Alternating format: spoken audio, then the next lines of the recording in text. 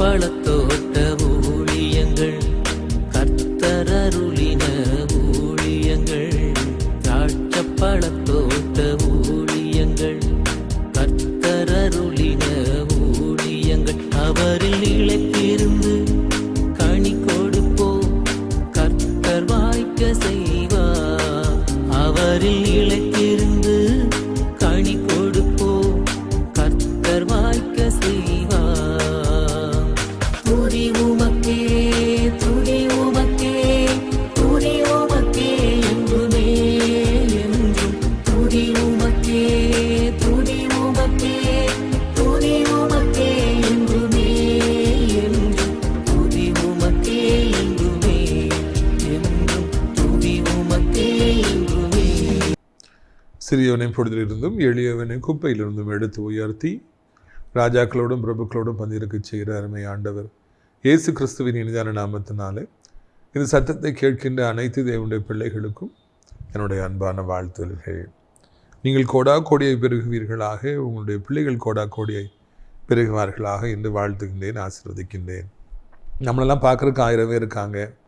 நம்ம தினந்தோறும் நிறைய இடங்களுக்கு வெளியே போகிறோம், இது வரை பார்க்குறோம், நிறைய ஹோட்டலில் போய் சாப்பிட்றோம். ஆனால் அங்கே இருக்கவங்களுக்கு அப்படிலாம் கிடையாது, உள்ளே தான் இருக்கிறாங்க. நீங்கள் வந்து பேசுனீங்கனாலே அவங்களுக்கு ரொம்ப சந்தோஷமாக இருக்கும். நீங்கள் இப்படி உணவு கொடுத்தீங்கன்னா அவங்களுக்கு ரொம்ப மகிழ்ச்சியாக இருக்கும். பரலோகத்தி தேவன் அதை நிச்சயமாக கணக்கில் வைப்பார் அல்லவா. அடைக்கலான் குருவி முதியோர் இல்லத்துக்காக ஜெபம் பண்ணுங்க. நிறைய பேர் எதிர்பார்த்துக்கிட்டு இருக்கோம், 100 கணக்கில் இங்கே தங்கலாம். நிறைய பேருக்கு இன்னும் இப்படி ஒரு அடைக்கலான் குருவி எனப்பட்ட ஒரு ஆவிக்குரிய முதியோர் இல்லம் இருக்குன்னு தெரியல. இன்னும் நிறைய பேர் சென்னையில் இருக்கிறோம், எப்படி இங்கே வர தூரமாக இருக்குன்னு நினைக்கிறாங்க. இல்லவே இல்லை, நேசரத்துக்கு ட்ரெயினே இருக்குது. நீங்கள் அப்படி செந்தூர் எக்ஸ்பிரஸ்லாம் வந்தீங்கன்னா நேசரத் ஸ்டேஷனில் இறங்கிடலாம். அங்கேருந்து ஒரு ஆட்டோ பிடிச்சிங்கன்னா 150 ரூபா கரெக்டாக அடைக்கலான் குருவி இல்லத்தில் கொண்டு இறக்கி விட்டுருவாங்க. எனவே நீங்கள் இதை மனதில் வைத்துக் கொள்ளும்படியாக உங்களை அன்போடு கூட நான் கேட்டுக்கொள்கிறேன். யார் முதியவர்கள் இருந்தாலும் அவர்களுக்கு சொல்லுங்கள். தினந்தோறும் இங்கே ஜெபங்கள் நடக்கின்றது. வரம்பற்ற ஊழியக்காரர்கள், கனமிக்க குருவானவர்லாம் வராங்க. எல்லாருக்கும் கர்த்தருடைய நாமத்தில் சிறப்பான உணவு 3 வேளை அளிக்கப்படுகிறது. பெரிய இடம், வாக்கிங் போய்க்கலாம், என்னன்னாலும் செஞ்சுக்கலாம். நீங்கள் இந்த குறைந்த கட்டணத்தில் இருக்கிற இந்த இல்லத்தை அனைவருக்கு அறிமுகப்படுத்த வேண்டும் என்று கேட்டுக்கொள்கிறோம். அது மாத்திரமல்ல, அங்கேயே தங்கியிருந்து வேலை செய்வதற்கு ஊழியக்காரர்கள், நல்ல பாட்டு பாடி வர்ஷிப் பண்ணி ஜெபத்தில் நடத்துவதற்கு ஊழியக்காரர்கள், சமைத்து கொடுப்பதற்கு சமையல்காரர்கள் மற்றும் நேட்ஸஸ்லாம் நமக்கு தேவை என்பதை மகிழ்ச்சியோடு தெரிவித்துக் கொள்கிறோம். விருப்பப்பட்டால் நீங்கள் என்னை தொடர்பு கொள்ளலாம். எனவே நீங்கள் இந்த அடைக்கலான் குருவி இல்லத்துக்காக தொடர்ந்து ஜெபித்துக் கொள்ளுங்கள். இந்த வாரம் சனிக்கிழமை, அதாவது நாளைய தினத்தில் நாசரேத் மாளிகையில் வைத்து மிகப்பெரிய ஒரு விடுதலை நாள் கூட்டங்கள் நடைபெறும். 1000கணக்கில் ஜனங்கள் பங்கேற்கிறார்கள். இலவசமாக விடுதலை பெற்று செல்கிறாங்க. நீங்களும் கூட கண்டிப்பாக வர வேண்டும். கூட்டத்தின் இறுதியில் எத்தனை மணி ஆனாலும் நாங்கள் எல்லாரும் உங்களுக்காக இணைந்து ஜெபிப்போம். புதுவாழ்வு உண்டாகும் என்பதை மகிழ்ச்சியோடு தெரிவித்துக் கொள்ள ஆசைப்படுகிறோம். எனவே அலைகடலென திரண்டு வாருங்கள். எல்லாருக்கும் நல்ல சிறப்பான விருந்து உண்டு என்பதையும் மகிழ்ச்சியோடு கூட நாம் தெரிவித்துக் கொள்ள ஆசைப்படுகிறோம். கர்த்தர் உங்களை ஆசீர்வதிப்பாராக. உங்களுக்காக நாங்கள் ஜெபிக்கிறோம். நீங்களும் கூட இந்த ஊழியத்திற்காக ஜெபிக்க வேண்டும் என்று அன்போடு கேட்டுக்கொள்கிறோம். இது நாளிலே பாருங்கள்,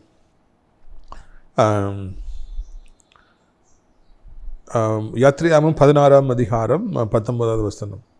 மோசே அவர்கள் நோக்கி, ஒருவன் விடியற்காலம் மட்டும் இதில் ஒன்றும் வைக்கக்கூடாது என்று அவர்களுக்கு சொல்லியும், மோசையின் சொல் கேளாமல் சிலர் அதில் விடியற்காலம் மட்டும் கொஞ்சம் மீதியாக வைத்தார்கள். அது பூச்சி பிடித்து நாற்றம் எடுத்தது. அவர்கள் மேல் மோசே கோபம் கொண்டார்.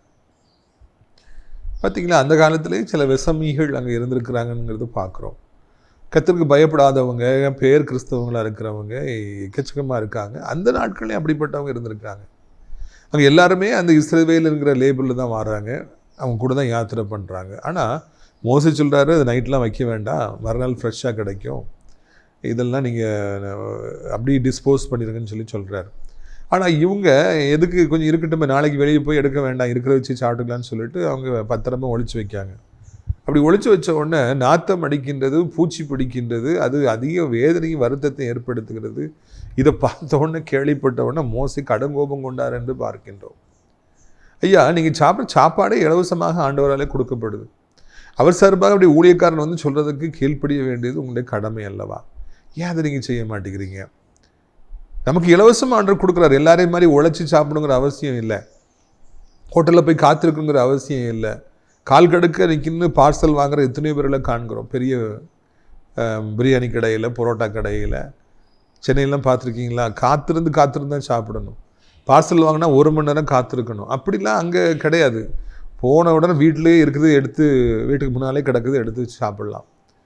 அப்படி ஒரு ப்ரிவிலேஜ் ஆர்டர் கொடுத்துருக்கும் போது ஊழியக்காரர் சொல்கிறார், நாளைக்கு காலை வரைக்கும் வைக்காதீங்க, உங்களுக்கு இது புதுசாக கிடைக்கும், இதை விட்டுருங்க அப்படின்னு சொன்னால் அவங்க கேட்காம எடுத்து ஒழிச்சு வச்சாங்களாம். அதனால் பாருங்கள், நாத்தம் அடித்து போச்சு, பூச்சியாக வீட்டுக்குள்ளே வந்துட்டு. இதை பார்த்த உடனே மோசைக்கு அதிகமாக கோபம் வந்துச்சான். தேவனுடைய வார்த்தையை அசட்டை பண்ணுகிற, தேவனுடைய வார்த்தைக்கு கீழ்ப்படியாமல் போகிற எத்தனை பேர்கள் இந்த நாட்கள்லையும் இருக்கிறாங்க, அந்த நாட்கள்லையும் இருந்திருக்கிறாங்க என்பதை இதன் மூலமாக நான் கற்றுக்கொள்கிறோம். இஸ்ரவேல் தான், கிறிஸ்தவ குடும்பங்கள் தான், ஆலயத்துக்கு வர்றவங்க தான், இந்த மாதிரி நம்முடைய நிகழ்ச்சியை பார்க்குறவங்க தான், இந்த பைபிளை நல்லா படித்தவங்க தான், கிறிஸ்தவ பெயர் இருக்கிறவங்க தான். ஆனாலும் கூட தேத்துக்குரியவர்களே, அநேகர் பெயர் கிறிஸ்தவர்களாக வாழ்வதையும் ஆண்டுடைய கற்பனைகளையும் கட்டளைகளையும் அலட்சியப்படுத்துவதையும் காண்கிறோம். அப்படி அலட்சியப்படுத்துறதுனால அங்கே பூச்சி பிடிக்கிறது, நாத்தம் அடிக்கிறது, அங்கே அவருடைய வாழ்க்கை நாத்தம் அடித்து போகிறது, அங்கே அவர்களுக்கு அநேக வேதனைகள் அவர்களுக்கு உண்டாகிறது என்று சொல்லி நான் காண்கின்றோம். போன வாரம் நான் நியூஸ் பேப்பரில் வாசித்தேன், ஒரு கொலை நடந்திருக்கிறது. அதில் 5-6 பேர் சேர்ந்து பண்ணியிருக்கிறாங்க. அதில் ஒருத்தருடைய பெயர் ஒரு கிறிஸ்தவ பெயர். எனக்கு அதை வாசித்தோன்னு ரொம்ப கவலையாக இருந்தது. நான் ரொம்ப பாரப்பட்டேன். ஆண்டவருடைய 12 சீடர்களில் ஒருத்தருடைய பெயரை வைத்துக்கொண்டு அவர் இப்படி ஒரு கொலை பண்ணியிருக்காரு. என்ன ஒரு வேதனையான ஒரு விஷயம். நான் அன்றைக்கு சின்ன வயசில் நான் போகும்பொழுது வாசித்தேன். ஆண்டவர் ஒயின்ஸ் அப்படின்னு சொல்லி வச்சுருந்தாங்க. ஆண்டவர் பேர்லேயே மதுபானத்தை விற்கிறவங்க இருந்தாங்க. கிறிஸ்துக்குரியவர்களே, இதுபோல் பெயர் கிறிஸ்தவர்களாக இருந்து கொண்டு கர்த்தருடைய கட்டளைகளை கீழ்ப்படியாமல் போகிற, ஒருவேளை இஷ்டம் போல போக்கிலே வாழ்கிற எத்தனையோ பேர்களை காண்கிறோம். கர்த்தருடைய கோபம் அவர்கள் மேலே வருது, மோசையோட கோபம் அவர்கள் மேலே வருது. நீங்கள் எல்லாம் ஆண்டவருடைய பிள்ளைகளா, உங்களுக்கு எவ்வளவு ஆண்டவர் செய்கிறாரு, ஏன் இப்படி பண்ணுறீங்கன்னு சொல்லி அங்கே மோசை கோபம் கொண்டது போல, வருத்தப்பட்டது போல இன்றைக்கும் ஆண்டவர் நம்மை குறித்தும் அவர் வருத்தப்படுபவராக இருக்கின்றார். தேவன் நமக்கு ஒரு கட்டளையை கொடுப்பார் என்றால், அது வேலை பார்க்குற இடமா இருக்கட்டும், இல்லைனா குடும்பமாக இருக்கட்டும், இல்லைனா ஊழியமாக இருக்கட்டும், தனிப்பட்ட வாழ்க்கையாக இருக்கட்டும், இல்லை எதுவாக பிஸ்னஸ்னாலும் இருக்கட்டும், கர்த்தர் நமக்குன்னு சொல்லி சில கட்டளைகளை கொடுப்பார். நீ உள்ளத்தில் பேசுவார். அதுக்கு கீழ்ப்படிந்தே நாம் வாழ்ந்து விடுவோம் என்றால் நாம் அங்கே வருத்தப்பட வேண்டிய அவசியமே இல்லை. அன்றைக்கு ஒரு பில்டிங் கட்டிக்கிட்டு இருந்தாங்க, காலம் பாக்ஸ்லாம் போடுறதுக்கு நூலை பிடிச்சி விட்டுருந்தாங்க. கரெக்டாக இதில் கட்டிடுங்க அப்படின்னாங்க. இதில் கட்டினா பில்டிங் கரெக்டாக வரும். அதை போலவே நாம் நூல் பிடித்து ஆண்டுடைய வார்த்தைகளை நோக்கி நூல் பிடித்து அதிலேயே நம்ம போயிட்டோம்னா நம்முடைய வாழ்க்கையில் வேதனைப்படுவதற்கு எதுவும் இல்லை. பூச்சி பிடிக்காது, நம்முடைய உடம்பு ஒருவேளை பலகீனப்பட்டு போகாது, வியாதி நம்மை பிடிக்காது, இல்லைன்னா அந்த பொல்லாத மனிதர்கள் நம்ம பிடிக்க முடியாது, பிசாசு நம்மை பிடிக்க முடியாது, இந்த உலகத்தில் காணப்படுற கவலைகள் நம்மை பிடிக்க முடியாது, நாற்றம் அடிக்காது. நிறையவருடைய பாவ வாழ்க்கைகள் நாற்றம் அடிப்பதாக இருக்கின்றன. குடிப்பழக்கங்கள், போதை பழக்கங்கள், பாவ வாழ்க்கைகள் நாற்றம் அடிப்பதாக இருக்கின்றன. இருக்கவே இருக்காது. இதுக்குரியவர்களே, அன்றைக்கு ஒருவர் சொன்னார், நான் இந்த பாவத்தை செஞ்சேன், தெருவே நாத்தம் அடித்தது, எல்லா இடத்துலையும் நாத்தம் அடிச்சிச்சுன்னு சொல்லி அவர் சொன்னார். அப்போ அப்படி நான் கேட்டுக்கிட்டே இருந்தேன். இதுக்குரியதில் ஒரு பாவம் வந்தாலும் அங்கே நாற்றம் அடிக்கும். ஒருவேளை குடித்து வாமிட் எடுத்தால் எக்கச்சக்கமாக நாறுது. பசங்க காலேஜில் குடிச்சிட்டு வாமிட் எடுத்தாங்கன்னா எவ்வளோ நாற்றம் அடிக்கும். இல்லைன்னா இப்போ கெட்டுப்போன பண்டங்கள் இருந்தாலும், சாக்கடை இருந்தாலும் நாற்றம் அடிக்கும். வாழ்க்கையும் கெட்டு போய்விட்டது என்றால், அங்கே சாக்கடை போல மாறிவிட்டது என்றால் நாற்றம் அடிக்கும் என்பதை மறந்து போய்விடவே கூடாது. இந்த மாதிரி எத்தனையோ பேர்களுடைய வாழ்க்கை இன்றைக்கு இருக்கிறது. அவர்கள் எல்லாருமே ஆண்டவராலே அழைக்கப்பட்டவர்கள், தேவனாலே தெரிந்து கொள்ளப்பட்டவர்கள், இஸ்ரவேல் எனப்பட்ட நாமும் தரிக்கப்பட்டவர்கள் தான். ஆனாலும் இதையெல்லாம் மீறி அங்கே அதிக வேதனைகளும் வருத்தங்களும் ஏற்படுவதை காண்கின்றோம். இப்படிப்பட்டவர்களை குறித்து கர்த்தர் அதிகமாக வேதனைப்படுறார்.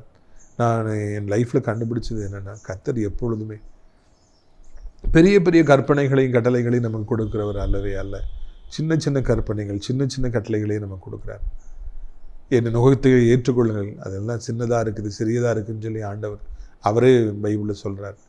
ஏசப்பா நமக்கு சின்ன சின்ன காரியங்களை தான் சொல்கிறாரு, செய்ய முடியாதது செய்யணுன்ற ஒரு பொழுதும் சொல்கிறதில்ல. அவர் வச்சுட்டு சொல்லி செஞ்சிட்டோம் அப்படின்னா நம்ம மேலே ரொம்ப பிரியமாக இருப்பார். நம்ம செய்ய முடியாமல் போச்சுன்னா நமக்கு குறித்து அவர் வருத்தப்படுகிறவராக இருக்கிறார். அங்கே பாருங்கள், யாத்திரையாகமம் 16வது அதிகாரம் 22ஆம் வசனம் முதல். 6ஆம் நாளில் தலைக்கு 2 ஓமர் விதமாக 2 தனையாய் ஆகாரம் சேர்த்தார்கள். அப்பொழுது சபையின் தலைவர் எல்லாரும் வந்து அதை மோசைக்கு அறிவித்தார்கள். அவர் நோக்கி கர்த்தர் சொன்னது இதுதான், நாளைக்கு கர்த்தருக்கு பரிசுத்த ஓய்வு நாளாகிய ஓய்வு. நீங்கள் சுட வேண்டியதை சுட்டு வேவிக்க வேண்டியதை வேவித்து மீதியாக இருக்கிறது எல்லாம் நாளை மட்டும் உங்களுக்கு வைத்து வையுங்கள் என்றான். மோசே கட்டளையிட்டபடியே அதை மறுநாள் வைத்தார்கள். அப்பொழுது அது நாரவும் இல்லை, பூச்சி பிடிக்கவும் இல்லை. எவ்வளோ ஒரு அதிசயமான ஒரு காரியம் நடக்குது பார்த்தீங்களா? 6 நாள் அந்த வானத்திலேருந்து விழுது. 7வது நாள் இஸ்ரவேல் ஜனங்களுக்கு ஓய்வு நாள், வேலை செய்யக்கூடாது. அப்போது அது 6வது நாளே நிறைய விழட்டும், நாங்கள் எடுத்து வச்சுக்கிறோம் அப்படின்னு உங்களுக்கு சொல்கிறாங்க. மோசையும் அதான் சொல்கிறார், அடுத்த நாளுக்கும் சேர்த்து நீங்கள் வச்சுக்கிங்க, 7வது நாள் வெளியே போக வேண்டாம், ஒன்றும் கலெக்ட் பண்ண வேண்டாம், இந்த இது உங்களுக்கு அடுத்த நாள் இருக்கும் அப்படின்னு சொல்லி அவங்க சொல்கிறாங்க. வேறு நாட்கள் திங்கள் செவ்வாய் புதன் வியாழனில் வெளியில் எடுத்தால் மறுநாள் வந்தால் நாரிடுது, பூச்சி பிடிச்சிருது. ஆனால் அந்த அந்த அந்த ஞாயிற்றுக்கிழமை அந்த ஓய்வு நாள் நான் சொல்கிறது நம்ம நாட்டுக்காக சொல்கிறேன். ஒவ்வொரு நாட்டிலையும் ஒவ்வொரு நாள் ஓய்வு நாளாக வச்சுருக்காங்க. அப்படி அந்த ஓய்வு நாளுக்கு முதல் நாள் 2 மடங்கு அவங்க எடுத்து வச்சுக்கிறாங்க, வீட்டிலே இருக்குது. அன்னைக்கு பூச்சி பிடிக்கல, பூச்சி உள்ளே வரலை, நாத்தம் அடிக்கலை, அப்படியே ஃப்ரெஷ்ஷாக இருக்குது. அதை அடுத்த நாளுக்கு அவங்க சாப்பிட்டுக்கிட்டாங்களாம். இதே மண்ணாவே 2 நாளைக்கு முன்னால் எடுத்து வச்சு சாப்பிட்டா அது ஏற்றுக்கொள்ளப்படவில்லை, பூச்சி வந்துடுது, நாற்று அடிக்குது. ஆனால் ஓய்வு நாளுக்காக எடுத்து வச்சது கெட்டு போகவே இல்லை. அப்படி என்றால் ஆண்டவர் ஓய்வு நாளை அங்கீகரித்தார். அவர்கள் அந்த நாளிலே ஓய்ந்திருக்க வேண்டும் என்று ஒரு கற்பனையை கொடுத்தார், ஒரு கட்டளை கொடுத்தார். அதற்காக ஒரு அதிசயத்தை, ஒரு அற்புதத்தை ஆண்டவர் செய்தார் என்று நாம் காண்கின்றோம். நாம் கர்த்தருக்காக வாழும்படியாக நம்மை உற்சாகப்படுத்துகிற ஒரு ஆண்டவர் இருக்கின்றார். தேவனுக்காக ஒரு காலடி எடுத்து வைக்கிற பொழுது, ஒரு முயற்சி எடுக்கிற பொழுது அவர் நம்மை தாங்கி விடுபவராக, தூக்கி விடுவராக இருக்கிறார். பலேன்னு சொல்கிறாரு, இன்னும் செய், நான் உனக்கு சப்போர்ட் பண்ணுவேன், இன்னும் கொடு, நான் உன் பிஸ்னஸை ஆசீர்வதிப்பேன், இன்னும் வாலிபரில் சப்போர்ட் பண்ணு, அவங்களை என்கரேஜ் பண்ணு, நான் உன்னை பலப்படுத்த, வியாதியை நீக்குவேன். நம்ம கர்த்தருக்காக சில காரியங்களை செய்ய வருகிற பொழுது ஆண்டவர் நம்மை ஊக்குவிக்கின்றவராக இருக்கின்றார். ஆதியில் ஆரம்ப காலத்தில் வாலிபர்களாக சேர்ந்து எங்கள் ஊரில் ஊழியத்தை ஆரம்பித்த பொழுது 4-5 பேர் தான் உட்கார்ந்துருப்பாங்க. அதில் எல்லாம் புதுசாக தம்பிமார் வந்தாங்க.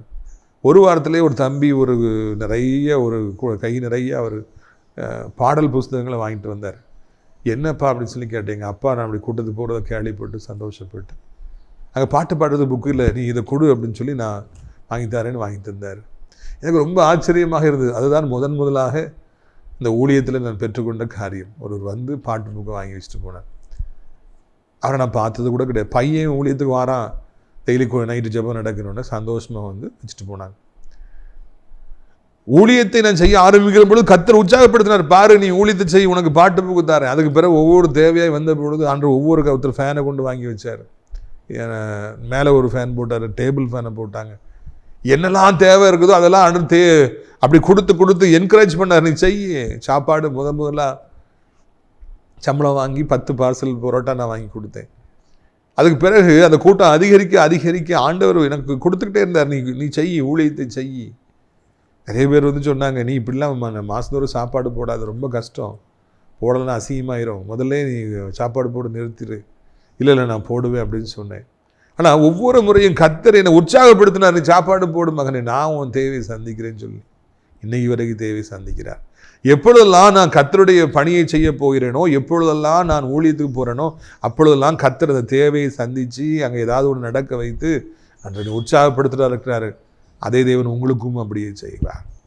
யாரெல்லாம் கர்த்தருக்காக எழும்பி நிற்கிறாங்களோ, யாரெல்லாம் ஊழியத்துக்கு போகிறாங்களோ, யாரெல்லாம் உதவி செய்கிறாங்களோ, யாரெல்லாம் ஆண்டுடைய கற்பனையின்படி நூல் பிடித்து நடந்துட்டு போகிறாங்களோ, யாரெல்லாம் ஆண்டுடைய பிள்ளைகளுக்காக தேவனுடைய ராஜ்யத்தை கேட்டதற்காக வைராக்கியம் கொள்கிறாங்களோ, அவங்களெல்லாம் தேவன் உற்சாகப்படுத்துகிறவராக இருக்கின்றார்.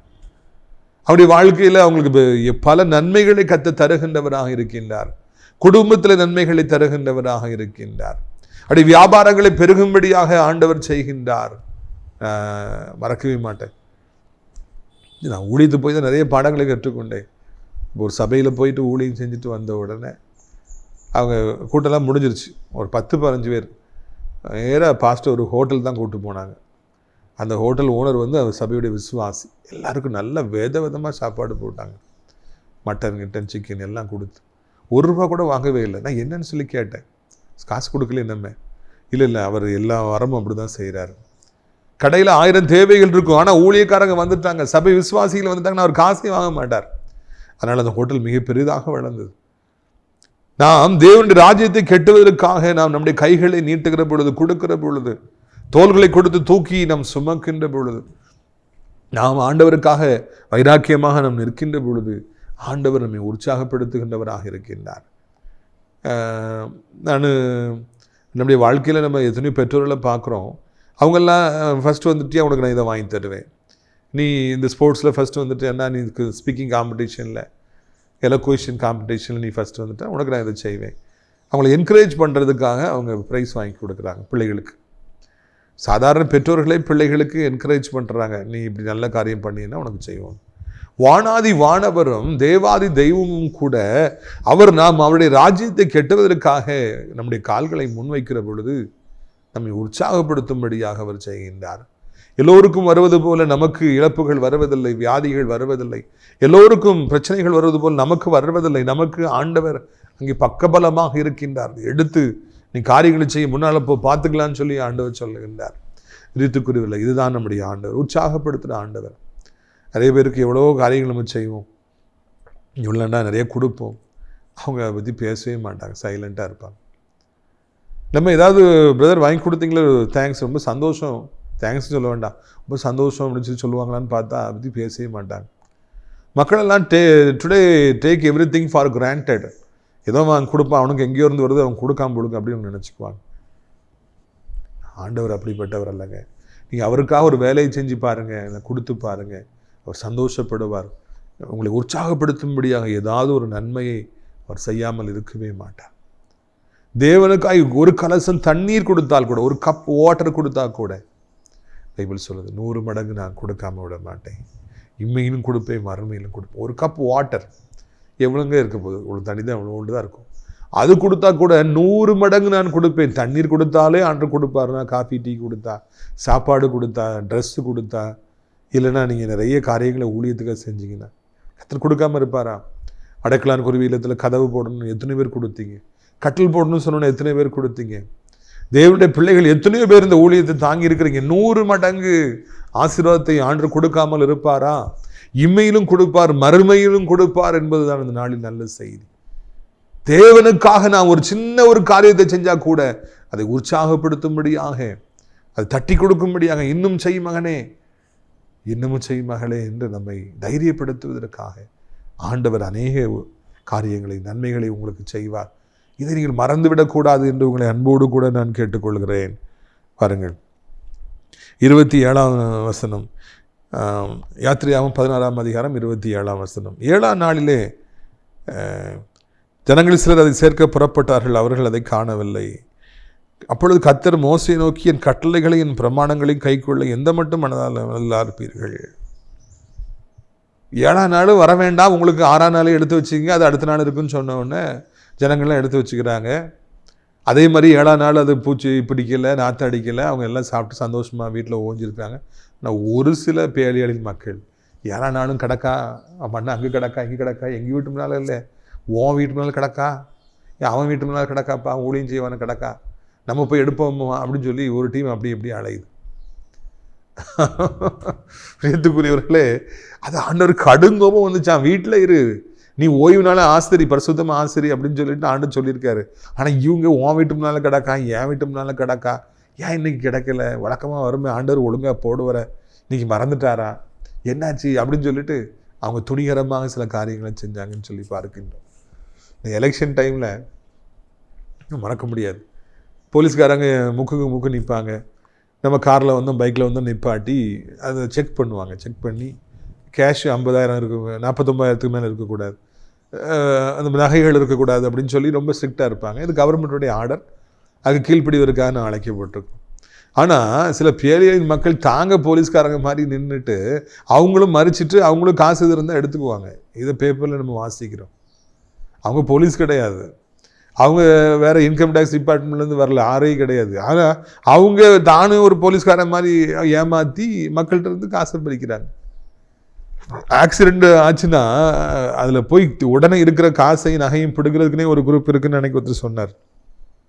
எனக்கு தெரில, அப்படி இருந்தால் அதை விட பெரிய பாவம்னு ஒன்று உலகத்தில் இருக்கவே முடியாது. செத்து கிடக்கிறாங்க, அவங்க உடம்புக்கு நகையெல்லாம் ஓடி வந்து ஹெல்ப் பண்ணுற மாதிரி வந்து எடுக்கிறதுக்கு வராங்கன்னா அதை விட ஒரு கொடூரமான காரியம் இந்த உலகத்தில் இருக்கா?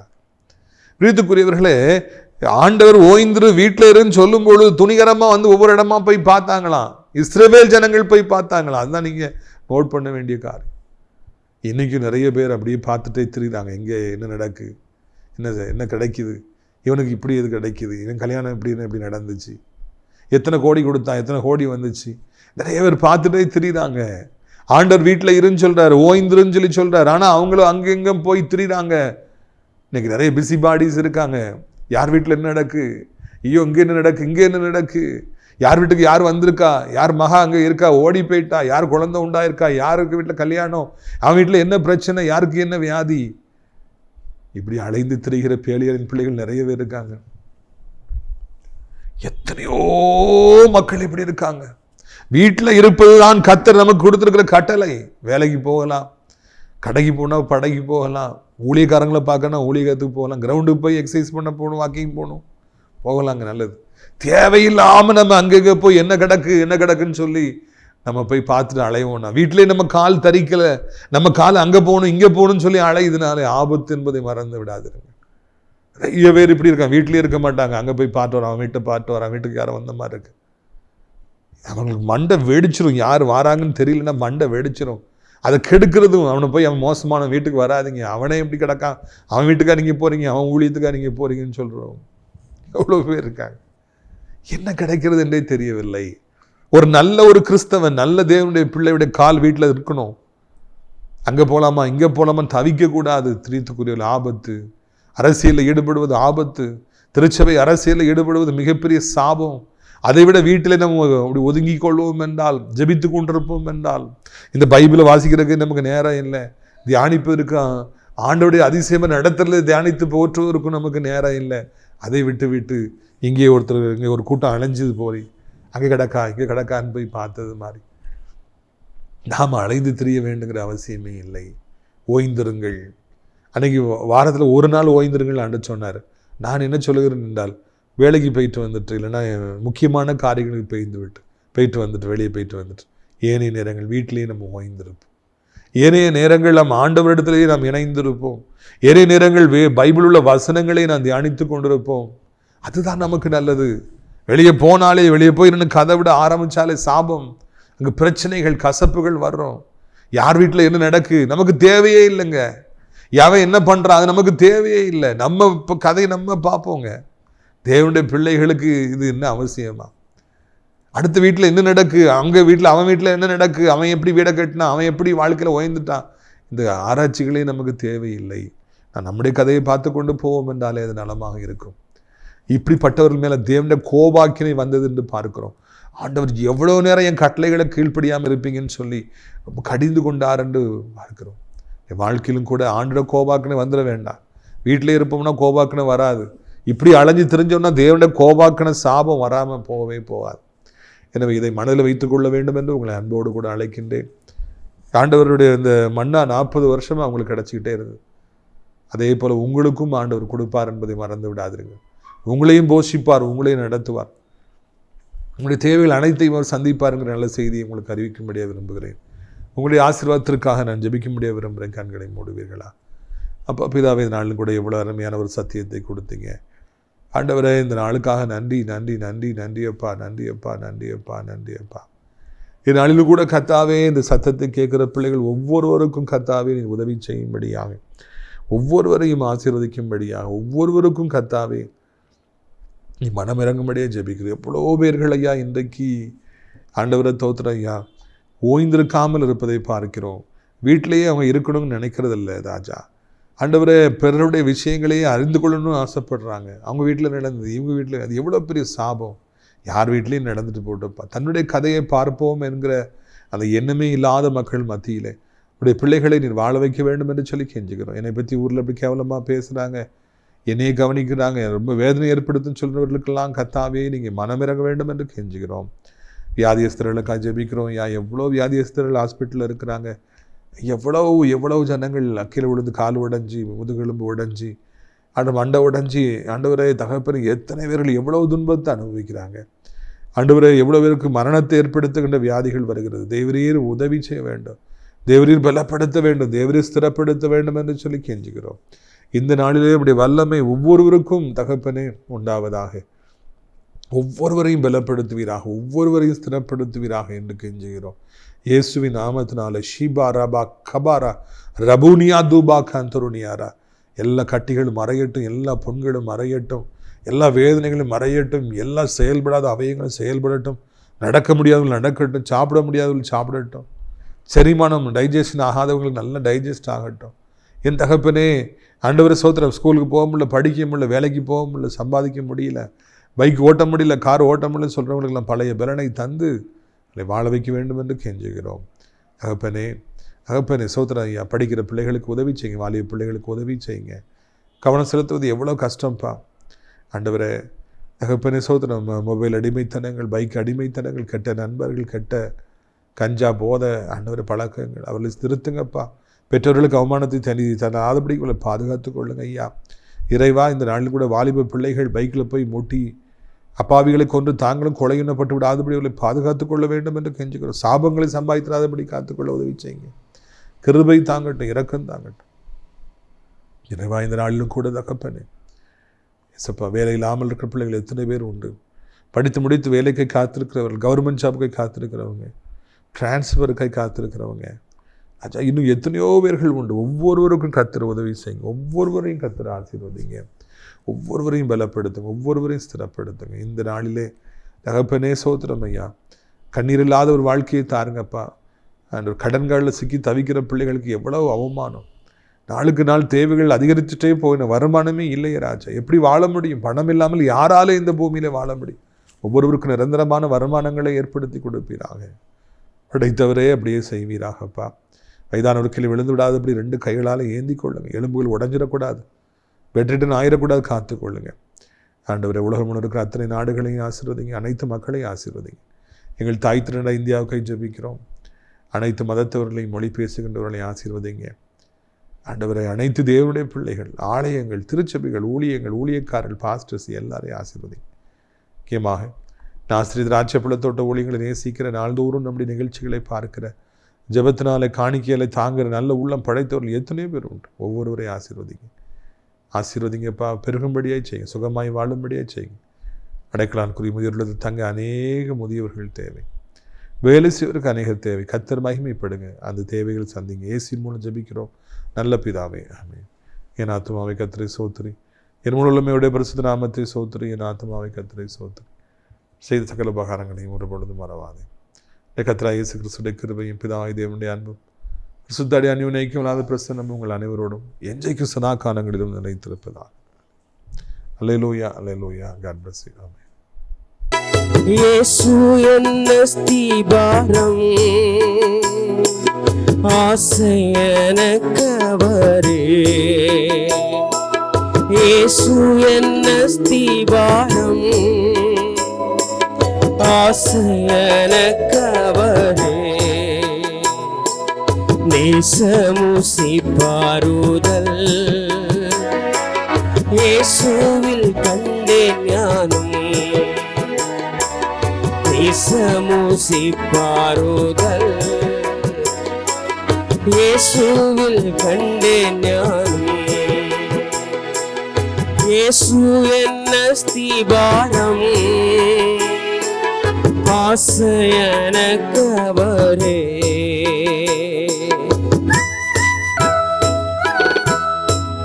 என்ன மதுரமவ